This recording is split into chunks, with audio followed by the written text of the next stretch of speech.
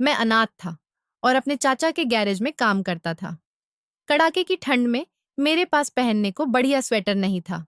इसलिए मैंने अपने स्वर्गीय पिता का बहुत पुराना, दीमक से कटा हुआ कोट पहन लिया। चाचा के बेटे ने मुझे देखकर खिल्ली उड़ाई और जोर से मेरा कोट खींच मारा, जिससे कोट चीख के साथ फट गया। उसी घड़ी उसके भीतर से प्लास्टिक में लिपटा एक कागज नीचे फिसल पड़ा। चाचा ने वह थैला उठाया तो उनका चेहरा एकदम पीला पड़ गया। मैंने झपट कर वह प्लास्टिक उनसे छीन लिया। वह बैंक का एक प्रमाण पत्र निकला और तब जनवरी की उस कड़वी शाम की सर्दी मेरी हड्डियों तक उतरती जा रही थी और मैं आज की ही तरह ठंडे फर्श पर बैठकर एक पुरानी जीप के इंजन के पुर्जे मिट्टी के तेल से धो रहा था। मेरे हाथ इतने लाल और गंदगी से लथपथ थे कि उन पर जमी कालिख मुझे अपनी त्वचा का ही हिस्सा लग रही थी। ठिठुरन इतनी तेज थी कि लोहे की रिंच पकड़ना भी जानलेवा लग रहा था। लेकिन ठहरने का अवकाश नहीं था, क्योंकि गैरेज के एक कोने में बैठे मेरे चाचा देवेंद्र की कठोर निगाहें हर पल मेरा पीछा कर रही थीं। गैरेज की छत टीन की थी। जगह जगह उसमें छेद थे और उन सुराखों से आती बर्फ सी हवा सीधे मेरी कमर में लगती थी। मेरे जिस्म पर एक पतली सी कमीज थी जो कई जगहों से रफू की हुई थी और उसके ऊपर एक ऐसा घिसा पिटा स्वेटर था जिसके धागे उधड़े हुए थे। वह सर्दी रोकने के बजाय बस मेरी कांपती हालत को ढक रहा था। मैं अभी पुर्जा साफ कर ही रहा था कि मेरे हाथ से फिसलकर लोहे का भारी नट जमीन पर गिर पड़ा। उसकी धमक पूरे गैरेज में गूंज उठी। आवाज सुनते ही चाचा देवेंद्र अपनी कुर्सी से ऐसे उछले जैसे मैंने उनका दिल निकाल लिया हो और वे मेरे सिर पर आ खड़े हुए। उनकी गरजती आवाज ने मेरी बची खुची हिम्मत भी तोड़ डाली। वे चीखे कि मैं निकम्मा हूं और बिल्कुल अपने बाप जैसा हूं। मेरे खून में ही कामचोरी है। उन्होंने कहा, मैंने तुम्हें यहाँ काम सिखाने के लिए रखा है, गलती करने के लिए नहीं। अगर यह पुर्जा टूट जाता तो उसके पैसे क्या तुम्हारा मरा हुआ बाप कब्र से उठकर देता? चाचा के मुंह से पिता का जिक्र सुनते ही मेरा दिल जैसे चटक गया। मैंने नजरें झुका ली, क्योंकि मैं जानता था कि उलटकर जवाब देने का मतलब रात का खाना बंद होना है। चाचा देवेंद्र ने एक बार फिर वही पुराना राग छेड़ा जो मैं पिछले 12 साल से सुनता आ रहा था। उन्होंने मेरे सिर पर भारी हाथ रखते हुए कहा कि मुझ पर जो एहसान वे कर रहे हैं उसका कर्ज मैं 7 जन्मों में भी नहीं चुका सकता। बोले, जब मेरा बाप मरा था तब वह सिर से पांव तक कर्ज में डूबा था और लोग उसकी देह तक घर से उठाने नहीं दे रहे थे। उन्होंने अपनी मेहनत की कमाई लगाकर मेरे पिता की इज्जत बचाई और लोगों का मुंह बंद किया। नहीं तो मेरा बाप मुझे सड़क पर भीख मांगने को छोड़ जाता। उन्होंने मुझे छत दी, रोटी दी और हुनर सिखाया। फिर भी मैं नाशुक्रा हूं। उनकी बातें मेरे दिल पर हथौड़े की तरह बरसती और मुझे खुद पर किसी अपराधी जैसा बोझ महसूस होता। बचपन की धुंधली यादों में मुझे अपने पिता का चेहरा तो याद नहीं था, मगर चाचा के तंजों ने मेरे मन में उनकी ऐसी छवि बना दी थी जैसे वे असफल, कमजोर और निकम्मे इंसान रहे हों। मुझे शर्म आती थी कि मैं उस इंसान का बेटा हूं जिसने अपने भाई को मुसीबत में डाला और खुद मर गया। मैं अक्सर रातों को सोचता कि शायद चाचा ठीक कहते हैं और मैं सच में उन पर बोझ हूं। एक ऐसा बोझ जिसे वे सिर्फ खून के रिश्ते की मर्यादा निभाने के लिए ढो रहे हैं। दिन भर का काम खत्म हुआ तो रात घिर आई और ठंड और तेज हो गई। हाथ पांव सुन्न पड़ रहे थे। मैंने दुकान का शटर गिराया और चाचा के पीछे पीछे उनके घर की ओर चल पड़ा। घर पहुंचते ही गर्मी का एहसास हुआ, पर वह गर्माहट मेरे लिए नहीं थी। चाचा सीधे अपने कमरे में चले गए, जहां हीटर दहक रहा था, और मैं रसोई के बाहर बरामदे में बिछी पुरानी दरी पर जा बैठा। चाचा का बेटा कुणाल सोफे पर टीवी देख रहा था और गर्म चाय का आनंद ले रहा था। मुझे देखते ही उसने मुंह बनाया और ताने मारते हुए बोला, आ गया हमारा शहजादा। आज कितना काम किया होगा? सारा दिन गैरेज में बैठकर मक्खियां ही मारी होंगी। मेरे कपड़ों से मशीन ऑयल की गंध आ रही थी। उस पर उसने नाक सिकोड़ते हुए अपनी माँ, यानी मेरी चाची सीमा से कहा, माँ, इसे पहले नहाने भेजो। इसकी बदबू से मेरा सिर फटा जा रहा है। मैं चुपचाप वहां से उठकर पिछवाड़े वाले नल पर ठंडे पानी से मुंह धोने लगा। पानी इतना बर्फीला था कि लगता था जैसे बर्फ ही छू रहा हूं, मगर कोई और विकल्प नहीं था। रात के खाने में मुझे हमेशा की तरह बची रोटियां और पतली दाल मिली। मैं उन्हें निगल तो रहा था, मगर हर निवाला गले में कांटों की तरह चुभ रहा था। चाची ने थाली देते हुए फिर ताना मारा, देखो तुम्हारे चाचा तुम्हारा कितना ध्यान रखते हैं। महंगाई में कोई अनाथों को पूछता तक नहीं, और एक तुम्हारे चाचा हैं जो तुम्हें अपने बच्चों की तरह पाल रहे हैं। हर ताने के साथ एक और एहसान का बोझ जुड़ जाता और हर घूंट के साथ वह बोझ भारी होता जाता। मैंने जल्दी जल्दी खाकर अपनी दरी पर करवट ली। नींद नदारद थी, ठंड से दांत बज रहे थे। मेरे पास ओढ़ने को सिर्फ एक पतली चादर थी जो 15 जनवरी की सर्दी के आगे बिल्कुल नाकाफी थी। हवा जालीदार खिड़कियों से सीधे भीतर आ रही थी। मैंने खुद को सिकोड़कर गठरी बना लिया ताकि थोड़ी गर्माहट मिले, मगर चाची की बातें दिमाग में गूंजती रहीं कि मेरा बाप आवारा था, नाकाम था। क्या सचमुच मेरा बाप इतना बुरा था? क्या उसने मेरे लिए कुछ भी नहीं छोड़ा? धीरे धीरे मुझे अपने ही अस्तित्व से नफरत होने लगी और मन में आता कि काश मैं भी अपने पिता के साथ ही चला गया होता, तो यूं रोज रोज नहीं मरना पड़ता। इसी उधेड़-बुन में मेरा शरीर बुखार सा पकने लगा, सिर भारी, गले में कांटे। मगर मैं जानता था कि इस घर में बीमारी की छुट्टी जैसा कोई विचार ही नहीं। अगर कहता कि तबीयत खराब है, तो चाचा कहते कामचोरी के बहाने बना रहा है। इसलिए मैं तैयार होने लगा। उस दिन ठंड पिछले दिन से भी ज्यादा थी। आसमान पर गहरे बादल थे और सूरज का नामो निशान नहीं। मुझे लगा कि अगर आज कुछ गर्म नहीं पहना तो ठिठुर कर मर जाऊंगा। मेरा स्वेटर लगभग बेकार हो चुका था। अचानक ख्याल आया कि ऊपर वाली कोठरी में, जहां पुराना सामान पड़ा रहता है, शायद कोई पुराना कंबल या मोटा कपड़ा मिल जाए। चाचा और चाची अभी सो रहे थे और कुणाल भी अपने कमरे में था। मैं दबे पांव सीढ़ियां चढ़कर कोठरी में गया। वहां धूल और मकड़ी के जालों का साम्राज्य था। मैंने अंधेरे में टटोलकर एक पुराना संदूक खोला। उसमें चाची के पुराने कपड़े और कुछ बेकार सामान भरा था। मैं मायूस होकर उसे बंद करने ही वाला था कि संदूक के नीचे दबा एक भूरे रंग का कपड़ा दिखा। खींचकर बाहर निकाला। वह एक लंबा ऊनी कोट था, बहुत पुराना, जगह जगह से रंग उड़ा हुआ। दीमक ने कई हिस्सों को कुतर रखा था और उसमें से एक ऐसी पुरानी सी गंध आ रही थी जो बेहद जानी पहचानी लगी, मानो बचपन का कोई भुला बिसरा सपना। कांपते हाथों से कोट को छुआ। यह मेरे पिता का कोट था। मुझे याद आया कि बचपन में मैं इसी कोट के दामन में छिप जाया करता था। उस कोट को देखते ही मेरे भीतर भावनाओं का तूफान उमड़ा और आंखों से आंसू बह निकले। यह सिर्फ कपड़े का टुकड़ा नहीं था, यह मेरे पिता की आखिरी निशानी थी, जो चाचा की नजरों से बचकर यहाँ पड़ी रही। शायद उन्हें यह बेकार लगा हो और फेंकने से रह गया हो। कुदरत ने जैसे इसे मेरी आज की जरूरत के लिए बचा रखा था। मैंने कोट को सीने से लगाया तो लगा जैसे पिता को गले लगा लिया हो। एक अजीब सा सुकून और गर्माहट भीतर उतर गई। जो ठंड मुझे मार रही थी, वह अचानक बेअसर हो गई। मैंने तेजी से वह कोट पहन लिया। वह मेरे जिस्म पर काफी बड़ा था। आस्तीनें लटक रही थीं और दामन घुटनों से नीचे जा रहा था।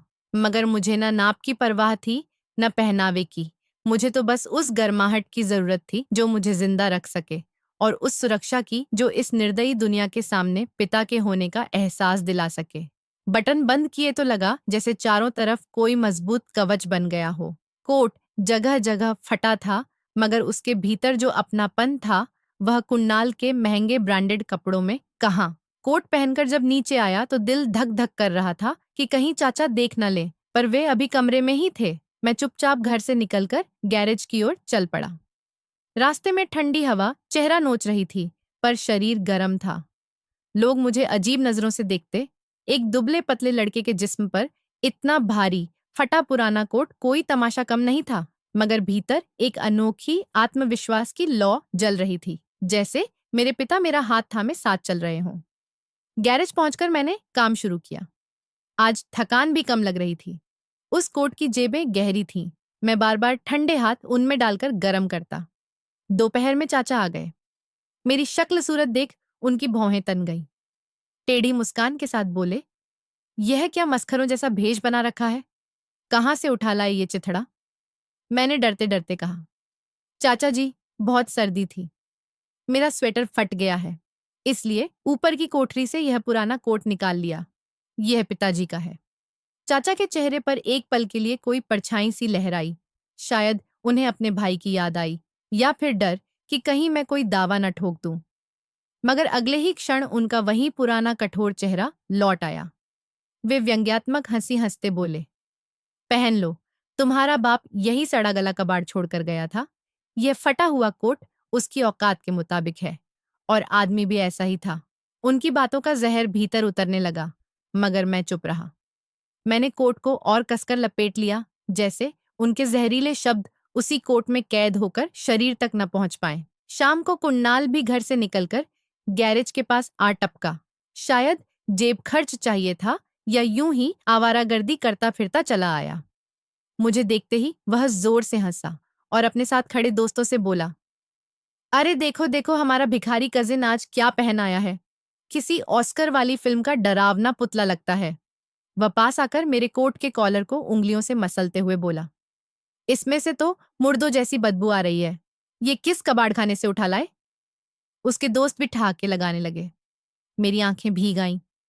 यह कोट मेरी इज्जत था, मेरे पिता की निशानी, और वह इसे कीचड़ में लौटा रहा था। मैं पीछे हटना चाहता था, मगर कुन्नाल ने राह रोक ली। बोला, कहाँ जा रहे हो? जरा हमें भी तो दिखाओ ये अनमोल चीज। शरारत और घमंड के नशे में उसने मेरी डीली आस्तीन पकड़कर जोर से खींच दिया। मंशा मुझे गिराने और अपमानित करने की थी। मेरा पांव फिसला। मैं लड़खड़ाया, मगर संभल गया। अगर कुणाल बाज आ जाता तो रुक जाता, पर उसने इस बार गिरेबान के पास का कपड़ा मुट्ठी में जकड़कर पूरी ताकत से झटका।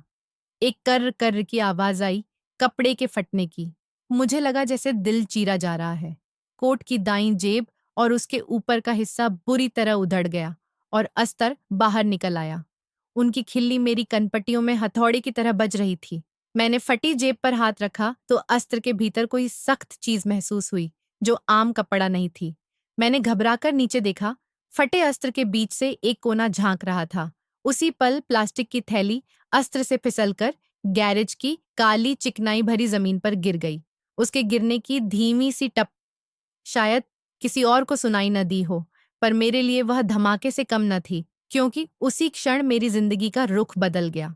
कुणाल की हंसी जो होठों पर थी, अचानक गले में अटक गई। उसकी नजर भी उसी चीज पर टिक गई जो उस दीमक लगी बोसीदा कोट के पेट से बाहर आई थी। चाचा देवेंद्र, जो कुछ दूरी पर खड़े एक ग्राहक से उलझ रहे थे, अचानक खामोशी महसूस कर पलटे। उनकी तेज नजरें जमीन पर पड़े नीले प्लास्टिक पर टिक गईं। एक अजीब सा सन्नाटा पूरे गैरेज में छा गया, जैसे कुदरत ने समय की नब्ज थाम ली हो। मेरा दिल इतना जोर से धड़क रहा था कि उसकी ठक ठक मुझे अपनी पसलियों में सुनाई दे रही थी। मैं कांपते हाथों से झुककर वह थैली उठा लाया। उसके ऊपर चिपकी टेप बहुत पुरानी होकर पीली पड़ चुकी थी, मगर प्लास्टिक ने अंदर की चीज को सुरक्षित रखा था। कुणाल आगे बढ़ा और थैली झपटने की कोशिश में अपने उसी घमंड भरे अंदाज में बोला, लाओ दिखाओ, क्या कचरा है? कहीं तुम्हारे कंगाल बाप का कोई पुराना उधार का बिल या दवा की पर्ची होगी जिसे तुम खजाना समझ रहे हो। मगर इस बार न जाने कहां से बिजली जैसी फुर्ती मुझ में आ गई। मैंने झटके से हाथ पीछे खींच लिया। कुणाल का हाथ हवा में लहराता रह गया। मैंने कांपती उंगलियों से टेप हटाई और प्लास्टिक से एक मोड़ा कागज निकाला। कागज खोलते ही मेरी आंखें फैल गईं। यह कोई साधारण कागज न था। यह एक बैंक का फिक्स्ड डिपॉजिट सर्टिफिकेट था, जिस पर मेरे स्वर्गीय पिता का नाम और मेरा नाम साफ लिखा था। नीचे दर्ज रकम देखकर दिमाग झंझना गया। 50 लाख रुपए, पूरे 50 लाख। यह वही रकम थी जो 12 साल पहले मेरे पिता ने मेरे नाम जमा करवाई थी। नीचे एक नोट था कि यह रकम मेरे बेटे के 19 साल का होने पर उसे मिलेगी, ताकि वह अपनी जिंदगी इज्जत के साथ जी सके। मेरी उम्र अब 19 हो चुकी थी। मेरे लिए यह कागज महज कागज नहीं, मेरी आजादी का फरमान था। आंखों के आगे कुछ पल को अंधेरा सा छा गया, फिर जैसे तेज रोशनी फैल गई। चाचा देवेंद्र की वे सारी बातें याद आने लगीं जो वे 12 साल से जहर की तरह मेरे भीतर टपकाते रहे, कि मेरा बाप कर्ज में डूबा था, भिखारी था, उसने मेरे लिए अपमान के सिवा कुछ नहीं छोड़ा। सब झूठ, खूंखार और सफेद झूठ। मेरा पिता कर्जदार नहीं था, वह तो मेरे लिए राजाओं सी जिंदगी का इंतजाम करके गया था, और उस कोट के अस्त्र में छुपे इस भेद ने आज चाचा के चरित्र का घिनौना चेहरा उघाड़ दिया था। मैंने सिर उठाकर चाचा की तरफ देखा। उनका रंग हल्दी सा पीला पड़ा था। माथे पर पसीने की बूंदें चमक रही थीं। सर्दी के बावजूद वे पसीने से तर थे, क्योंकि वे उस कागज को पहचान चुके थे। उन्हें मालूम था उसमें क्या लिखा है। उनकी आंखों में डर और लालच की मिली-जुली परछाई साफ दिख रही थी। वे तेजी से मेरी तरफ झपटे, चेहरे से बनावटी नरमी गायब और उसकी जगह शातिर मुस्कान। हकलाते बोले, बब, बेटा, ये क्या है? लाओ, मुझे दिखाओ। ये बेकार है, दे दो। मैं इसे फाड़कर फेंक देता हूँ। तुम भूल जाओ। उनका हाथ मेरी तरफ बढ़ा, हाथ कांप रहा था। यही वही हाथ था जो थोड़ी देर पहले मुझे थप्पड़ मारने को उठा था, और आज वही हाथ भीख मांग रहा था। मैंने कागज मुट्ठी में भींच लिया और पहली बार चाचा की आंखों में आंखें डालकर कहा, नहीं दूंगा चाचा। यह बेकार कागज नहीं, मेरे पिता का प्यार है जिसे आपने मुझसे छुपाया। यही सत्य आपके झूठ का पहाड़ ढा देगा। आपने कहा था मेरे पिता कर्जदार थे। आपने मुझे 12 साल अपने घर में दास बनाकर रखा ताकि मैं सच तक न पहुंच सकूं। आपको डर था कि सच पता चला तो आपकी मुफ्त की मजदूरी और नौकर हाथ से निकल जाएंगे। जब चाचा ने देखा कि मैं उनकी बातों में नहीं आ रहा तो उनका लहजा बदल गया। वे गरज कर बोले, ओए, 2 कौड़ी के लड़के, मुझसे जुबान चलाता है? ये कागज मेरा है। तेरे बाप ने मुझसे कर्ज लिया था। ये उसी की अमानत है। इधर दे, वरना जान से मार दूंगा। कुणाल को अभी पूरी बात समझ में नहीं आई थी, मगर बाप का गुस्सा देख वह भी मेरी तरफ लपका। उस घड़ी मुझे अपनी जान की परवाह नहीं थी। मुझे उस धरोहर की चिंता थी जो मेरी मुट्ठी में थी। मैं जानता था आज अगर यह कागज उनके हाथ लग गया तो मेरे पिता दूसरी बार मर जाएंगे और मैं उम्र भर का गुलाम बन जाऊंगा। चाचा ने झपट कर मेरा कॉलर पकड़ा और दीवार से दे मारा। उनकी उंगलियां मेरे गले में ढस रही थीं। वे दहाड़े, कागज निकाल, वरना गला दबा दूंगा। दम घुटने लगा, फिर भी मेरी पकड़ डीली नहीं पड़ी। उसी जद्दोजहद में मेरी नजर गैरेज के खुले दरवाजे पर पड़ी। फैसले में एक पल नहीं लगा। मैंने पूरी ताकत समेटी और चाचा के पेट में कोहनी दे मारी। वे दर्द से दोहरे होकर पीछे हटे। कुणाल ने मुझे जकड़ने की कोशिश की। मैंने उसे धक्का दिया। वह तेल के ड्रमों पर जा गिरा। मैं हवा के झोंके की तरह गैरेज से बाहर निकल पड़ा। बाहर रात का अंधेरा और कड़ाके की सर्दी थी, मगर अब मुझे ठंड नहीं लग रही थी। सीने में आग जल रही थी, सत्य और प्रतिशोध की आग। मैं नंगे पांव सड़क पर भाग रहा था। पीछे से चाचा की गालियां और धमकियां। पकड़ो, चोर है, मेरा सब कुछ लेकर भाग रहा है। लेकिन मैंने मुड़कर नहीं देखा। दाहिने हाथ में वह कागज, बाएं में फटा कोट संभाले। वह कोट अब कपड़ा नहीं, मेरी ढाल था। मेरे पिता मेरे साथ दौड़ रहे थे। हवा कानों में फुसफुसा रही थी। भागो, दूर भागो, यह जालिमों की बस्ती है। मेरा रुख शहर के उसी पुराने वकील के घर की ओर था, जिनका नाम मैंने बचपन में अपने पिता से सुना था और जो उनके बेहद घनिष्ठ मित्र थे, वर्मा साहब। याद था कि चाचा ने उनसे मेरा संपर्क भी तुड़वा दिया था, कहकर कि वे धोखेबाज हैं। आज समझ आया धोखा कौन दे रहा था। रास्ता सूना था, कुत्ते भौंक रहे थे, कंकड़ पैरों में चुभ रहे थे। मगर मैं नहीं रुका, क्योंकि मालूम था आज अगर रुका तो कहानी यहीं खत्म हो जाएगी। मैं भाग रहा था, सीना फटने को था, मगर एक अनदेखी ताकत आगे धकेल रही थी। आखिरकार वर्मा साहब के दरवाजे पर पहुंचा और पागलों की तरह दस्तक दी। दरवाजा खुलने में देर लगी। हर आहट पर लगता था चाचा पहुंच गए। मेरा पूरा शरीर पसीने से भीगा था। फटे कोट से मेरा बदन झांक रहा था। दरवाजा खुला। वर्मा साहब ने मुझे अवाक सा देखा। मैं उनके पैरों में गिर पड़ा। कागज उनकी ओर बढ़ाते हुए बस इतना कह सका, अंकल, मुझे बचा लीजिए। यह मेरे पिता की आखिरी निशानी है। उसके बाद आंखों के आगे अंधेरा छा गया। बेहोश होने से पहले इतना एहसास जरूर था, अब मैं और मेरे पिता का सपना सुरक्षित है। जब आंख खुली तो चारों ओर एक अनजानी गर्माहट महसूस हुई।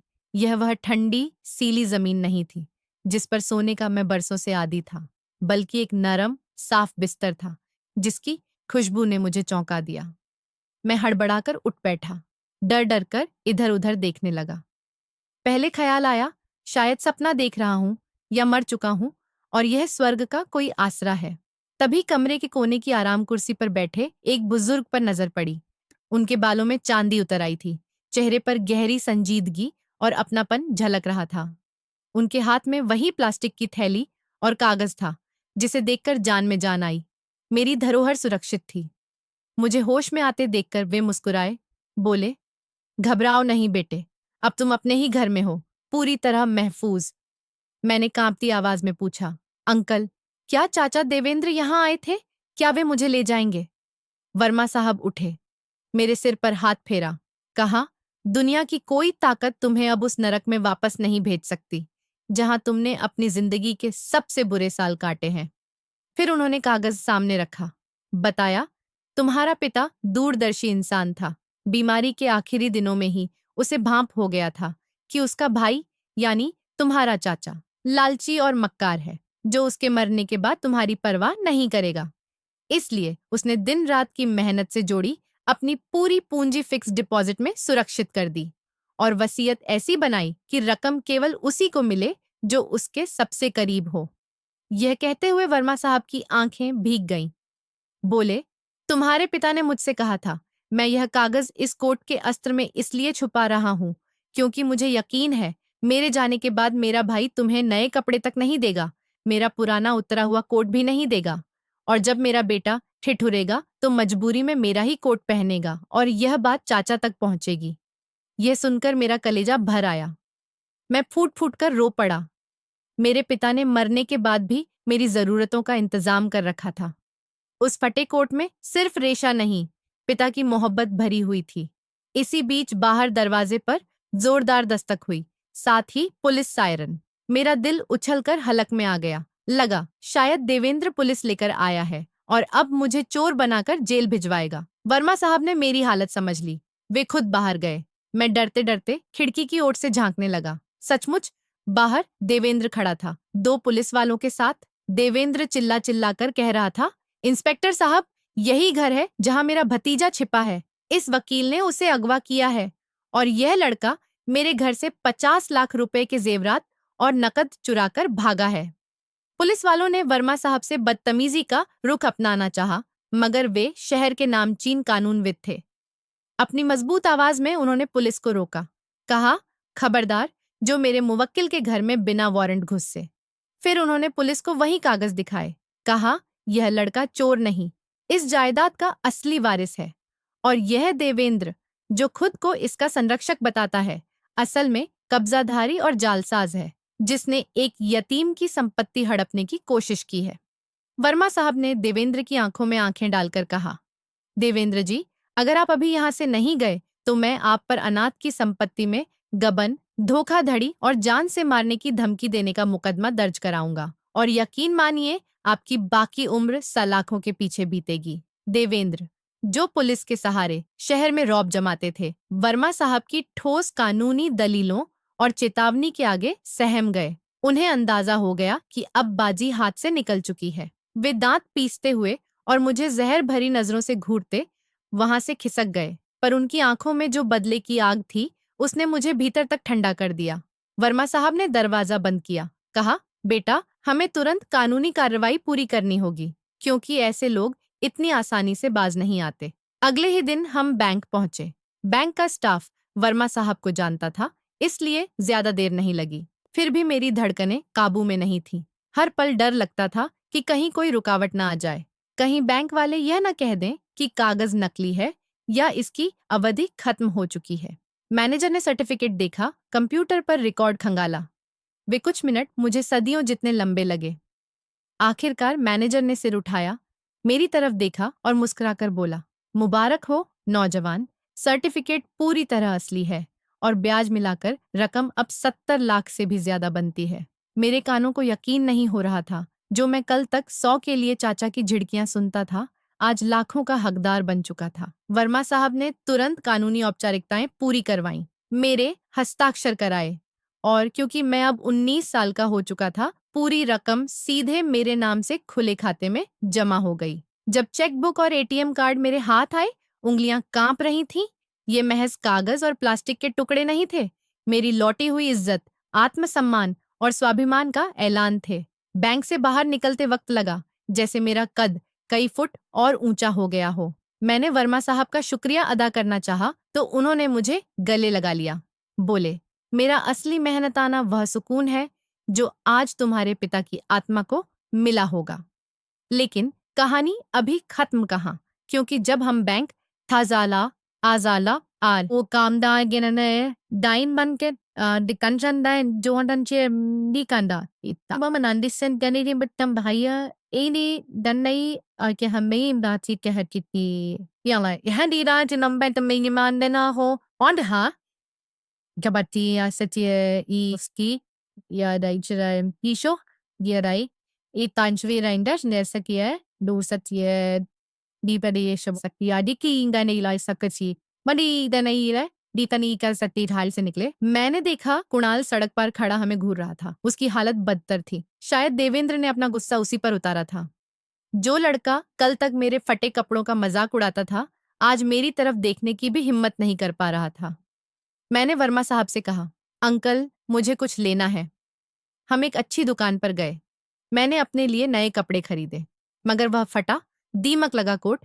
मैंने नहीं फेंका उसे संभालकर अलग थैली में रख लिया क्योंकि वही कोट मेरा उपकारक था वर्मा साहब ने सलाह दी कि अब मुझे अपनी पढ़ाई पूरी करनी चाहिए और अपने पिता के सपने को पूरा करना चाहिए मैंने उसी समय ठान लिया इस रकम से कोई कारोबार शुरू करूंगा और पढ़ाई भी जारी रखूंगा सबसे बढ़कर अब मुझे सिर उठाकर जीने का अधिकार मिल गया था देवेंद्र ने बाद में कई बार समझौते की कोशिश की माफी के संदेश भेजे रिश्तेदारों को बीच में डलवाया लड़का नासमझ है उसे घर लौटा दो मगर मैं अब वह नादान बच्चा नहीं रहा मैंने उनके हर संदेश को अनसुना कर दिया क्योंकि मैं जानता था सांप की फितरत डसना ही होती है चाहे उसे कितना भी दूध पिला दो वर्मा साहब ने मेरी कानूनी देखरेख अपने ऊपर ले ली और अपने घर के एक हिस्से में रहने की जगह दे दी यहीं से मेरी नई जिंदगी की शुरुआत हुई रात को जब मैं सोने लगा तो वही पुराना कोट सिरहाने रख लिया उसकी जेब अब भी फटी थी मगर उसी जेब ने मेरी किस्मत की दिशा बदल दी थी बरसों बाद मुझे गहरी शांत बिना डर की नींद आई यकीन था आसमान में पिता मुस्कुरा रहे होंगे उनका बेटा अब मजबूर नहीं एक स्वतंत्र इंसान बन चुका है मगर यह नहीं जानता था कि कुदरत अब भी मेरा एक और इम्तिहान लेने वाली है क्योंकि दौलत नए दुश्मन लाती है और देवेंद्र की खामोशी किसी बड़े तूफान का संकेत थी समय बीतता गया मैंने हिम्मत जुटाकर शहर की मुख्य बाजार में गाड़ियों के स्पेयर पार्ट्स की एक दुकान खोल दी दुकान का नाम रखा अमानत ऑटोज क्योंकि यह कारोबार उसी अमानत की बदौलत शुरू हुआ था जो मेरे पिता मेरे लिए छोड़ गए थे मेरी समझदारी मेहनत और वर्मा साहब के मार्गदर्शन का असर दिखा देखते देखते कारोबार चमक उठा जो ग्राहक पहले देवेंद्र के गैरेज में लुटते थे अब मेरी दुकान आने लगे क्योंकि यहाँ असली सामान उचित दाम पर मिलता था उधर देवेंद्र का गैरेज दिन ब दिन सुनसान पड़ता गया उनकी बेईमानी और बदसलूकी की कहानियां शहर भर में फैल चुकी थीं कुदरत का बदला खामोश था मगर सख्त जिस गैरेज में मुझे सर्दियों में ठिठुराया जाता था वहां अब सन्नाटा था लेकिन जैसा कि कहा दौलत पुराने दुश्मनों की जलन को हवा देती है देवेंद्र मेरी तरक्की देखकर भीतर ही भीतर जल रहे थे खबरें मिलती रहीं वे बाजार में अफवाह फैलाते कि मैंने उनके पैसे चुराकर दुकान खड़ी की है पर मेरे पास पक्के कानूनी कागजात थे इसलिए वे कुछ बिगाड़ नहीं पाए मगर घायल सांप और खतरनाक हो जाता है और सही मौके की ताक में रहता है सर्दियों की एक और उदास शाम थी बिल्कुल वैसी जैसी उस दिन थी जब मैं घर से भागा था दुकान बंद करने का समय हो रहा था कि दरवाजे पर एक साया लहराया मैंने झांक कर देखा कुणाल उसका हुलिया बिगड़ा हुआ कपड़े मैले आंखें सूजी हुई वह रो रहा था उसे देख मेरा खून खौल उठा पुराने जख्म ताजा हो गए मैंने कहा यहां से चले जाओ मगर वह मेरे पैरों में गिर पड़ा गिड़गिड़ाकर बोला भाई माफ कर दो हम बर्बाद हो चुके हैं पापा को दिल का दौरा पड़ा है घर पर ही पड़े हैं इलाज को पैसे नहीं डॉक्टर ने जवाब दे दिया वे आखिरी वक्त में तुमसे माफी मांगना चाहते हैं बार बार तुम्हारा नाम ले रहे हैं खुदा के लिए एक बार चलकर उन्हें देख लो वरना वे चैन से मर नहीं पाएंगे कुंडाल की हालत और देवेंद्र की बीमारी की खबर सुनकर दिल पसीज गया इंसान कितना भी बड़ा हो जाए खून का रिश्ता और बचपन की यादें कहीं ना कहीं कमजोरियां बन ही जाती हैं वर्मा साहब ने हमेशा चेताया था उन लोगों पर भरोसा मत करना मगर कुणाल के आंसू सच्चे लगा कुदरत ने उन्हें कर्मों की सजा दे दी शायद अब सच में पश्चाताप है सोचा, मरते इंसान को माफ कर देना चाहिए, शायद इससे पिता की आत्मा को शांति मिले। मैंने दुकान बंद की और अपनी नई कार में कुणाल के साथ पुराने मोहल्ले की तरफ चल पड़ा। रास्ता भर वह अपनी और देवेंद्र की गलतियां गिनाता रहा। मेरी उम्मीद बढ़ती गई, शायद वे सचमुच बदल गए हैं। मनहूस गली में पहुंचकर चारों ओर वीरानी दिखी। गैरेज बंद, घर में अजीब सा सन्नाटा। मैंने पूछा, अगर चाचा मर रहे हैं तो कोई रिश्तेदार क्यों नहीं? कुणाल बोला, पापा ने मना किया, वे सिर्फ तुमसे मिलना चाहते हैं। हम देवेंद्र के कमरे में दाखिल हुए। वे बिस्तर पर लेटे थे, ऊपर कंबल, सांसें उखड़ी हुई, जैसे आखिरी घड़ी हो। मैं धीरे से पास गया, झुककर कहा, चाचा जी, मैं आ गया हूं। मैंने आपको माफ कर दिया, फिक्र न करें। जैसे ही झुका, अचानक कमरे का दरवाजा जोर से बंद, कुंडी चटकने की आवाज। मैं चौंक कर पलटा। कुणाल दरवाजे पर, चेहरे पर वही पुरानी शैतानी मुस्कान, आंसू गायब। इससे पहले मैं कुछ समझता, बिस्तर पर पड़ा आदमी तेजी से उठ बैठा। देवेंद्र, पूरी तरह ठीक, हाथ में मोटा डंडा, उनकी बीमारी का नाटक, सिर्फ मुझे फंसाने का जाल। वे दहाड़ कर हंसे, आवाज दीवारों से टकराकर गूंजी। आ गया मेरा भतीजा, मेरा आज्ञाकारी लड़का। जानता था, जैसा बेवकूफ तू है, वैसा ही तेरे बाप था। उसे भी ऐसी ही बातों में उलझाकर मैंने लूटा था, और आज तुझे भी उसी रास्ते से वापस ले आया हूं। उन्होंने डंडा लहराया। अब वो 50 लाख रुपए जो तू लेकर भागा और उस पर जो मुनाफा कमाया, सब सूद सहित लौटाने का वक्त आ गया। ये स्टैम्प पेपर हैं, इन पर दस्तखत कर कि तू अपनी दुकान, गाड़ी और बैंक का सारा बैलेंस अपनी खुशी से अपने चाचा के नाम कर रहा है। दस्तखत कर देगा तो शायद जिंदा छोड़ दूं, वरना आज तेरी आखिरी रात होगी, दुनिया समझेगी। शॉर्ट सर्किट से लगी आग में तू जलकर मर गया। मैं डरा जरूर, पर अब मैं वो कमजोर लड़का नहीं था। मैंने सख्ती से कहा, चाचा, आप गलत फहमी में हैं। यह अदालत मेरे भाग्य की है। मैं आपको एक फूटी कौड़ी भी नहीं दूंगा। आप मुझे मार सकते हैं, पर मेरी अमानत नहीं छीन सकते। मेरी बात सुन उनका चेहरा खून जैसा लाल हो गया। उन्होंने कुणाल को इशारा किया। वह पीछे से मुझे जकड़ने लपका। मैंने छूटने की कोशिश की, पर वे दो, मैं अकेला। देवेंद्र आगे बढ़े, डंडे से मेरी टांगों पर पूरी ताकत से वार। दर्द की लहर शरीर में दौड़ी। मैं जमीन पर गिर पड़ा। उन्होंने बालों से पकड़कर घसीटा, दीवार से टिकाकर बैठा दिया। कुणाल ने रस्सी से हाथ पांव बांधने शुरू किए। देवेंद्र सिर पर खड़े, दस्तखत करेगा या उंगलियां तोड़ दूं। इसी धक्का मुक्की में कमरे में रखा मिट्टी के तेल का हीटर, शायद सर्दी से बचने के लिए जलाया गया था, जोरदार धक्के से पलट गया। तेल फर्श पर फैल गया। कालीन ने तुरंत आग पकड़ ली। कमरा पुराने फर्नीचर और कागजों से भरा था। आग ने पलक झपकते तीव्रता पकड़ी। लपटें भड़क उठी। धुआं कमरे में भर गया। देवेंद्र और कुणाल, जो मुझे बांधने में लगे थे, यह मंजर देखकर घबरा गए। अग्नि इतनी तेजी से फैली कि दरवाजे तक का रास्ता बंद हो गया। देवेंद्र कागज बचाने को झपटे, आग उनके कपड़ों तक चली आई। कुणाल दरवाजे की तरफ भागा। दरवाजा बंद। चाबी अफरा तफरी में जाने कहाँ गिर गई, या देवेंद्र की जेब में फंस गई। कमरा नरक बन चुका था। धुएं से मेरा दम घुट रहा था, मगर रस्सी अभी पूरी तरह कसी नहीं थी। मैंने पूरी ताकत से कुणाल के अधूरे गांठों से हाथ छुड़ा लिए। अब हम तीनों मौत के मुंह में थे। देवेंद्र आग से घिरे खांस रहे थे, कुणाल दरवाजा तोड़ने में नाकाम। मेरे पास एक पल का फैसला था।